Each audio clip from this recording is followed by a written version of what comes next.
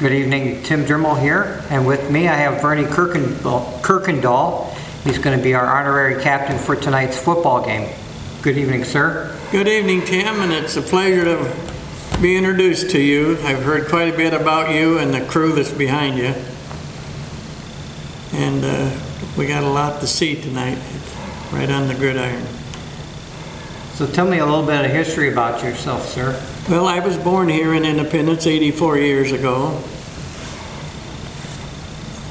and grew here and was in our sports, our high school sports program. I wasn't an outstanding athlete, I was a participant, and I worked hard to earn my position. Played defensive linebacker, played right guard, and I weighed 128 pounds, which I had to work extra hard. In my sophomore year, I damaged some ribs playing with the seniors, and that wiped my sophomore year out. But I was just an athlete, high school athlete, enjoyed the sports, and I gave 110%. And I think that's what I've learned as the years have passed by, that if you want to make it in life, you're going to be required to give it all you have.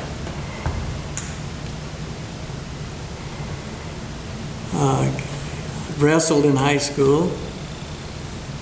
We had quite a team. Our senior year, we were undefeated. And we had some fun guys. So what was your winning record then? In high school, our football record was, I was thinking that it was 5 wins and 4 losses. One of the outstanding games was driving to El Cater, and they had a record of something like 52-0. And at halftime we were ahead 20-0. And we lost that game somehow. 18-year-old boys don't take the losses that well. They don't. That was a tough break.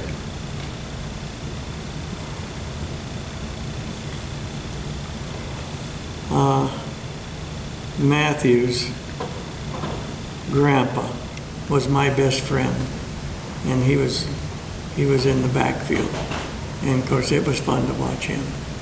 165 pounds of nothing but animal. He was a good athlete. His name was Buster Gates. What a guy. What a guy. We had, I don't remember our record in our wrestling. We went undefeated that year, back in 1948, 49 season. And we were pretty good for just a small school system. We were roughnecks. We had a coach that learned how to wrestle with the rest of us. He had never had any experience. He was a super guy, wonderful person.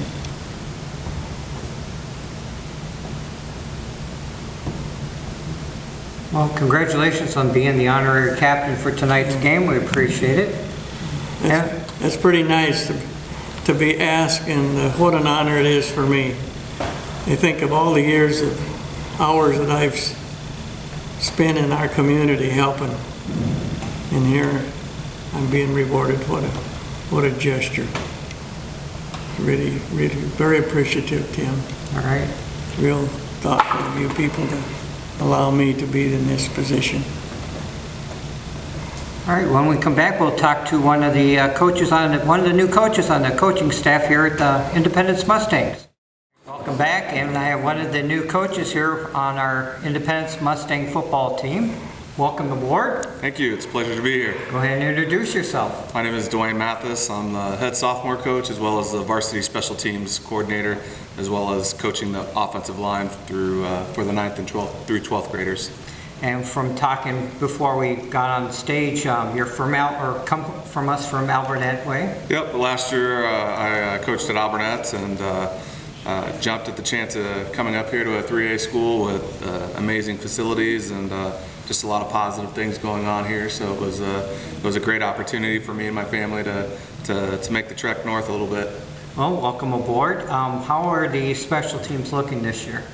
Well, based off our scrimmage that we had against Center Point, there's some things we need to clean up, but there's a lot of room that we can improve, and we got some stuff that we're going to put in this week that I think will help us break some things open and provide a spark for the team and offense. And hopefully, I'm doing my job right if we're not having any turnovers or moving the wrong direction on that sort of thing with bad snaps and stuff. So hopefully, if there's not, you know where not to get a hold of me at. So that seemed to be like a little bit of an Achilles heel last year for the Mustangs, was special teams on certain games, and hopefully. Well, it's definitely something that needs to be addressed in any team. That, I mean, if you don't spend time practicing, repping it, you can't expect to go out there and do well in punt team or kickoff return team. It's not something you can spend just 5 minutes a week and expect to have great results in. So it's one of the nice things that was encouraging about the coaching staff when coming aboard, is they actually said this is something that we want to dedicate time to, and so that shows me that their commitment to excellence and wanting to succeed out there. So I'm putting the kids in the best position. Oh, good. Any last words before we get underway tonight against Waterloo? Just excited, and from the scrimmage there was a lot of people out there and showing some great fan support, and that's kind of refreshing to see coming from a smaller school. And my wife was absolutely kind of floored by it, and great people and community, and they've all been real nice and welcoming. So we're just looking forward to hopefully a successful football season to reward them for coming out and watching us. Welcome aboard. Thank you. Well, hopefully we'll talk to you down the road. Sounds good. All right, we'll be back here in a couple of minutes. All right, welcome back, and Josh. Hi. Welcome. Thank you. Glad to be here. I'm going to talk a little bit about youth football here for Independence. I was just telling Tim that we have 52 kids out this year, and we split that into 2 teams. I'm the overall head coach for that and organize the practices and kind of oversee the entire program that way. And with Rick Wendling, he's the coordinator. He does all the fundraising and stuff like that, gets parents where they need to go. It's a lot to get everyone organized, especially when you got kids first starting with football here. It's their first year of pads. It's a lot of new challenges. So we're just excited to be a part of a program. And a good turnout of kids, too. Yeah, 52 is a great number. It's fluctuated from year to year. This year, we're also encouraging them to do flag too. So we kind of are working together with all facets of the football. They just want to be involved. We don't want any kid to get left behind. We want kids to be, out playing football and being a part of the Independence program. Oh, good. Where do you play your games at? We play right here at Lyle Lambeau Field. We do get to play one game at the Unidome, which is pretty special this year. We play 3 home games, and then we travel. Teams that are in our conference are Northland, Maquoketa Valley, Jessup, East Buchanan, Denver, and it stays pretty local. We're not traveling too far, so it's easy for the parents. And then the Unidome's a special game for us. A lot of kids, we get kids that have never even seen the Unidome before. They walk in and they're pretty impressed. They kind of do the 360 spin around and just amazed. It's we warn them that it's really quiet in there. It's just your parents in there. It's not like a Panther game. It's pretty silent. So, but they're excited just to be in there and play. Oh, good. And you said this is your 5th year? Yep. Rick and I came in together. So this year's current sophomores were the first year that we did it. We were lucky enough to be part of a good organization that's ran well. We're pretty respected around here for our youth program. We get a lot of coaches who want to come back and be a part of it, and we do a good job of following our kids up. With our sophomore group, we really want to support them because them are our kids that we had the first year, and it's pretty rewarding to hear them come back and say, "Hey, coach, how you doing?" It's that means a lot to I know me and Rick as well to be recognized as that we kind of got them going in football, because really our main goal through the youth football is teaching them to love football. I mean, we're not really too worried about we want to introduce them to basic skills, but overall, we just want them to love football and want to come back next year. So if I can get a 5th grader who's terrified and his mom's still holding him and wanting him, to let him go out and play tackle, we just want him to be excited, have a great year, and want to come back next year. When's your first game? Our first game is September 5th. This Saturday we actually have a jamboree, and it's at Jessup, and that's all the teams in our conference. And it's kind of nice because the coaches are out there with them in the huddle. It's you're going against someone else. It's not your buddy, but your coaches are out there with you. So it's a little practice atmosphere, but kind of a little game mode when you're going against someone who doesn't know you, as opposed to lining up against your buddy. So we go with the jamboree Saturday, and then we our first game is September 5th at Northland. So. At Northland. Yep. All right. Well, good luck to you this season, and thank you for coming on. All right, thanks a lot. All right. Welcome back, and Thank you. Thank you. If you just saw Josh Hine, and I'm Rick Wendling, he spoke about, like he said, I'm the coordinator for the town of Independence. This is also my 5th year. Basically, the program got started with Joe and Janet Payne. They started 15 years ago. We were privileged to, basically help out, take over for the town of Independence.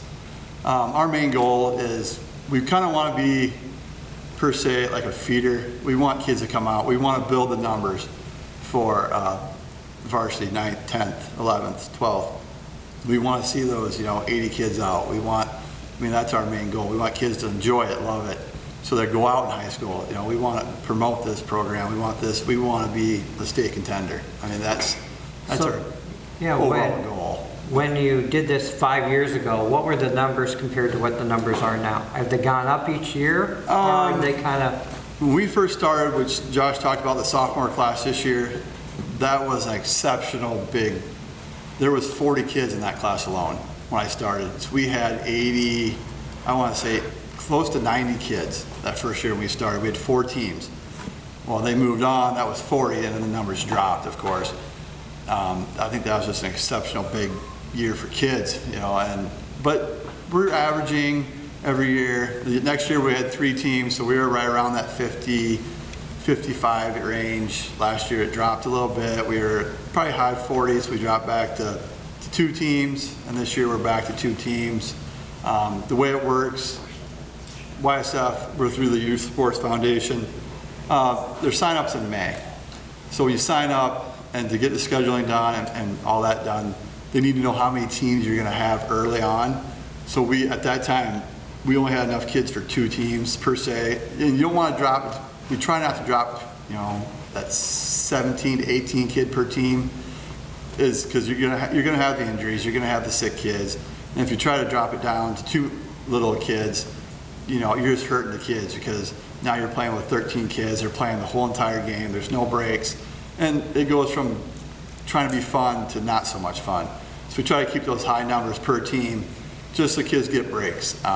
They can learn multiple positions that way. They're not stuck at being a lineman the whole time. They can move the tight end. If you don't have the numbers, it's hard to do that with the kids. Other than that, I would say the numbers are pretty steady. We're always around that high 40 range. So we're happy with the numbers. This year we had 52. It's an exceptional year, and so this year is going to be a little bit of a challenge because we have 26 kids per team. So it's going to put more pressure on me and Josh to make sure all these kids get playing time. And that's the good thing about our program. Every kid plays. It's not, if you're the best player, you're going to play the entire game, and if you're not so good, you might play. No, you're going to play. The way it's set up, if you don't start on offense, you automatically start on defense. You have a starting position. And the kids realize that, and that we do sub in and out, and there is subbing and all that, but you do get a start, you do get a play. And we try to, as much as possible. It is hard this year's gonna be exceptional with 26 kids, but to even the time out, so the time's not gonna vary. If you track it, I bet one kid, best kid to worst kid, there probably isn't 3 minutes of playing time difference. They get the playing time, they get in, they get out, and it seems to work. They all seem to have fun, and that's our main goal, is have fun. It's not, I'm not gonna lie, everybody wants to win. That's just part of life, but we don't stress that. We stress having fun, learning our fundamentals, working as a team. You know, we can't win if the team doesn't win. If you don't do your job blocking, you know, you can have the best running back in the world. If you can't make it through the hole, you know, the team's going to suffer. So we stress team, we stress, you know, community. Even though we're broken into two teams, we're one big team. We're the 5th and 6th grade tackle program. We're all one giant team. You know, so, and I think that they understand that. You know, you can see it, you know, throughout the year in the practices. You can see them come together, and that's what we hope for. You know, we hope they stay together and they move on down the road, and we make this Independence program, you know, something to be feared down the road. You know. Well, that's good. You know. And I appreciate you putting the years in, and I'm sure you enjoy it. Oh yeah, some days it's a challenge, but you know, I've been doing it. You know, I went through it with my oldest son, and now my younger son is going through it. In the middle there, I had a break, and it was just too hard to walk away, you know, for that year, and I just had to stick with it. So I mean, and I think, I hate to say I want to follow my son, but he's going to move on next year to a higher grade, and I believe I will be back coaching 5th and 6th grade next year, because I do enjoy it. I mean, it is a great time watching these guys. You know, you can just, you know, it kind of warms your heart to see these guys go from some kid that's scared of the ball, scared to run, takes that first hit and looks at it and goes, oh, that didn't hurt. And then you can see the light switch in there kick on, and then they turn into one of your better players. I mean, it's just fulfilling seeing that. And I mean, I think that keeps all of us, me and Josh, coming back, because, you know, I mean, Josh has 3 daughters, and he does it because he loves it. I mean, he loves the game. He loves football. He loves being around these kids, and that's why I do it. You know, if we didn't like it, you know, we wouldn't be doing it. You know, and you know, we're both here, and I'm pretty sure I'm not going nowhere. Josh ain't going nowhere. We're going to be here for a while, and we want to see this program get better. Thank you very much. Thank you. All right. All right, we're back with Coach Putz. Good evening, sir. Good to be here. Yeah, glad to have you aboard. Second year? Yeah, you know, it's one of the things, you know, last year at this point in time, I was still, you know, trying to get people's names down, you know, trying to get acclimated with the teams they're going to play, the schemes they're going to run, and, you know, this time around, it, you know, kind of feels like I've been here in a while. So tell me how it is, how you feel about going up against Waterloo Columbus. You know, it's week 1. You know, you're excited to be going up against anybody. You know, you're always excited to be on the field. You know, you put a lot of time in for those 9 guaranteed opportunities that you're going to play in the fall. And, you know, Columbus is a good opponent. You know, it's a rivalry. They used to be a Walmart school back in the day. You know, I know from our history of Independence football, we played them 17 times.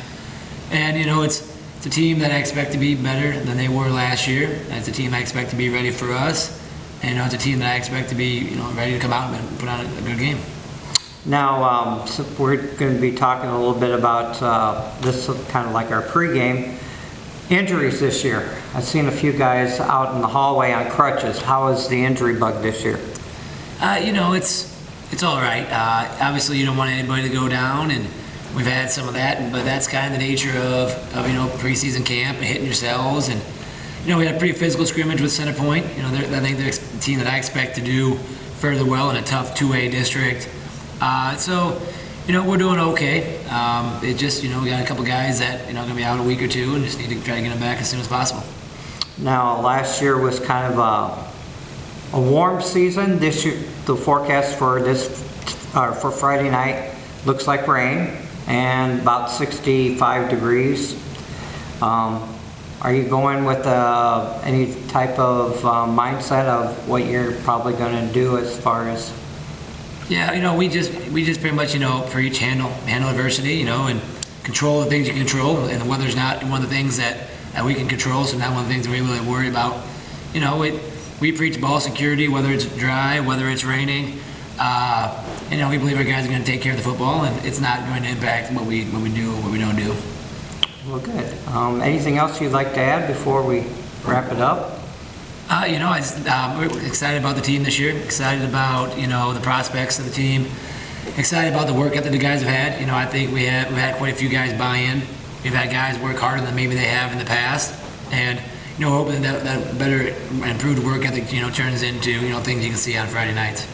And I know, does with the postseason, the playoff bug help get the kids more motivated this year than last year, or the year, past years? And I can't speak to too many years past, but I know that playoff game, if nothing else, opened the eyes to where we're at, opened the eyes to what it takes to get to the playoffs. It's never easy. It opens the eyes to what it takes to win games in the playoffs. And one that they notice, the changes that I've seen this year is our guys talk about winning a playoff game. They don't talk about getting there. They really want to go and win that game. They know last year we had Washington on the ropes. They know they had a shot in that ball game, and they know what it's like. And so this year, that driving things a little bit further on their end in terms of going out and winning a playoff game. All right. Well, good luck tonight against Waterloo, and we'll talk to you next week. Thank you. All right. Thank you.